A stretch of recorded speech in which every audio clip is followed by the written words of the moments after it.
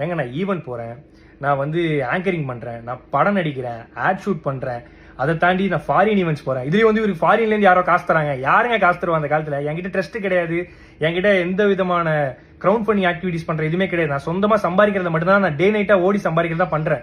அதுலேயும் எப்படி ஹாஸ்பிட்டல் கட்டினா அவ்வளோ காசு வேணுமே, இவ்வளோ காசு வேணுமே? ஏங்க நான் வீடு கட்ட வேண்டிய அந்த கால் கிரவுண்ட் இடத்துல பின்னாடி அமுதவானன்ற ஒரு கால் கிரவுண்ட் வாங்கி அரை கிரவுண்டில் வீடு கட்டுற இடத்துல நான் வந்து ஒரு சின்னதாக ஒரு கிளினிக் கட்டுறேன். அதுக்கு வந்து சொல்கிறாங்க எப்படி வந்து இவருக்கு இவ்வளோ காசு கிடைக்குது? ஏங்க இதே நான் வந்து ஒரு 1.5 கோடி ரூபாய்க்கு லக்ஸரி காரும் ஒரு அடுக்குமாடி வீடும் கட்டியிருந்தா உனக்கு எந்த பிரச்சனையும் வந்திருக்காரு நிறைய பேர் சொன்னாங்க. பட் அந்த அடுக்குமாடி வீடுக்கு பதிலாக அந்த ஹாஸ்பிட்டலும் இந்த லக்ஸரி காருக்கு பதிலாக ஆம்புலன்ஸ் வாங்கணும்னு நினைச்ச ஒரு விஷயத்தினால இவ்வளோ பிரச்சனை வருது.